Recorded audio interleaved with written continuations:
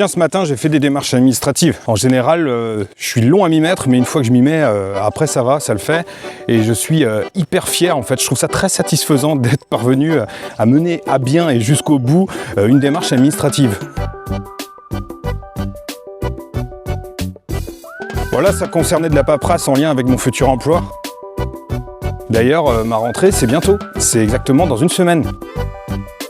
Et au fond de moi, je me dis qu'il faut vraiment que je profite de cette nouvelle situation professionnelle pour impulser quelque chose de nouveau chez moi.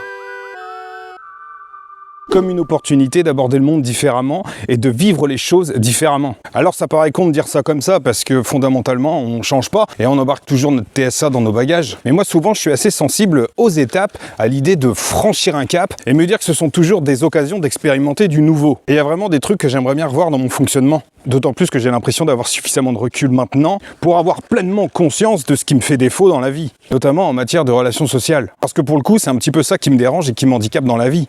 La communication. Parce que les trucs répétitifs, bon, des fois ça me bouffe la vie, mais souvent ça me fait du bien aussi. Mais parmi les comportements répétitifs que je m'impose et que parfois je subis, il y a quand même cet émotionnel ingérable en matière de relations sociales, directement lié à une barre d'exigence que je positionne hyper haut vis-à-vis des autres, et cette espèce d'illusion que l'autre est censé penser comme moi. Donc ces derniers jours, je suis assez content parce que je suis parvenu à briser certains schémas. En gros, il y a une situation qui s'est passée par rapport à une personne, et c'est typique une situation qui me déplaît, donc au fond de moi, j'estime que ces personnes n'auraient pas dû mettre en place cette situation, vu que ça me déplaît. Et donc je vais pas aller plus loin dans mon exposé du contexte. De toute façon, quelque part, on s'en fout, puisque c'est pas ça l'intérêt de mon propos, c'est juste le fait de me dire que je suis parvenu à ne pas réagir comme d'habitude. Bref, quand j'ai eu écho de cette situation, sur le coup, j'étais pas content, parce que cette situation me déplaît. Et j'étais doublement pas content que cette situation se soit passée, vu que la personne est censée savoir que ça me déplaît. Alors ma première réaction fut de me ressentir enquiquiné, au point de ruminer, au point de me dire que la seule solution pour soulager ces ruminations serait de manifester explicitement mon mécontentement.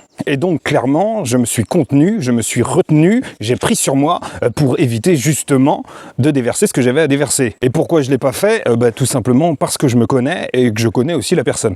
Déjà, je sais qu'elle ne pense pas du tout à mal et qu'elle est sans doute à des kilomètres de mes considérations à moi. En gros, moi je mets le focus à un endroit et cette personne pas du tout. Donc en fonction de là où moi je regarde, ça va me toucher, mais là où la personne en est, finalement elle ne se pose pas la question. Et si d'ordinaire j'aurais pu trouver ça anormal de ne pas se poser la question, maintenant j'accepte aussi de considérer qu'il puisse y avoir plusieurs réalités qui cohabitent. Et c'est certainement pas parce que je baigne dans l'illusion que ma vision du monde est parfaite, que celle des autres est fausse, moins légitime ou acceptable, moins digne de considération. En gros, ça signifie que dans l'absolu, c'est pas parce que je réagis sur un truc que les émotions et sentiments qui sous-tendent cette réaction ont plus de valeur que les autres et doivent prendre le dessus. Et peut-être qu'en disant ça, vous allez vous dire que je suis complètement con et un petit peu simple dans ce que je raconte. Parce que c'est sûr que ça relève un petit peu de l'évidence. Non.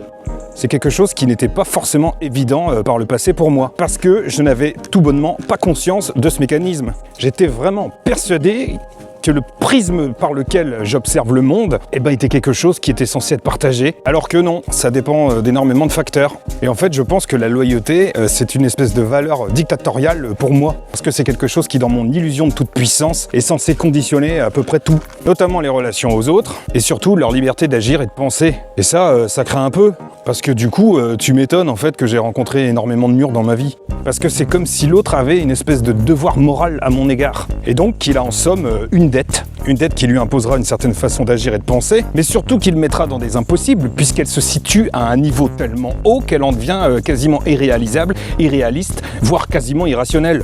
Et donc pour revenir à cette situation qui m'a déplu et que la personne qui l'a mise en place était censée pas la mettre en place, puisqu'elle était censée savoir que ça me déplairait, pourquoi je me suis abstenu de réagir ?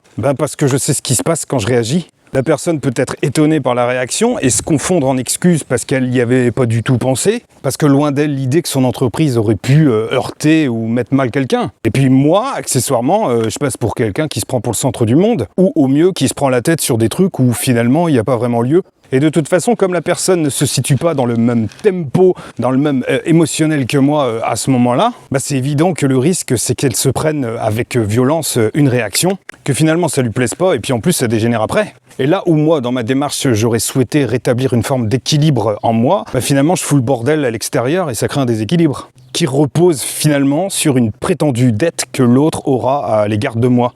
alors qu'elle n'a jamais été nommée, et puis finalement la situation en elle-même, elle est ni vitale, ni dramatique, et puis pas tant que ça importante. Et finalement, si je m'interroge en termes de plus-value, j'ai l'impression que quand je réagis, ça crée plus de problèmes, voire même ça les décale complètement, au point où je vais me retrouver face à un nouveau problème sans avoir réglé le premier. Donc je me dis qu'en termes de relations sociales, il y a beaucoup plus d'intérêt à laisser les gens dans l'ignorance de ce que ça me fait, telle ou telle situation, plus que de leur dire ce que ça me fait.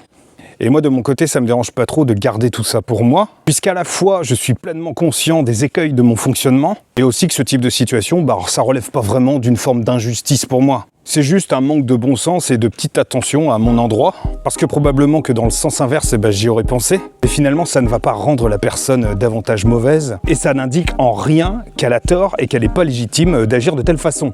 Donc en fait, là-dessus, je sens que je progresse.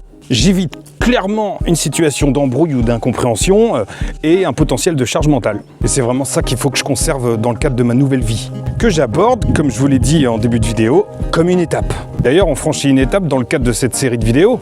200e épisode. Il y a une personne qui m'a demandé si j'allais faire quelque chose pour l'épisode 200. Je vous rappelle que j'avais fait 3 épisodes 99 tellement je savais pas quoi faire pour l'épisode 100.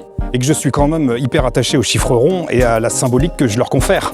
Alors je sais pas en fait qu'est-ce que je pourrais bien faire pour l'épisode 200. Je me dis même que ça pourrait être l'occasion de clôturer complètement la série.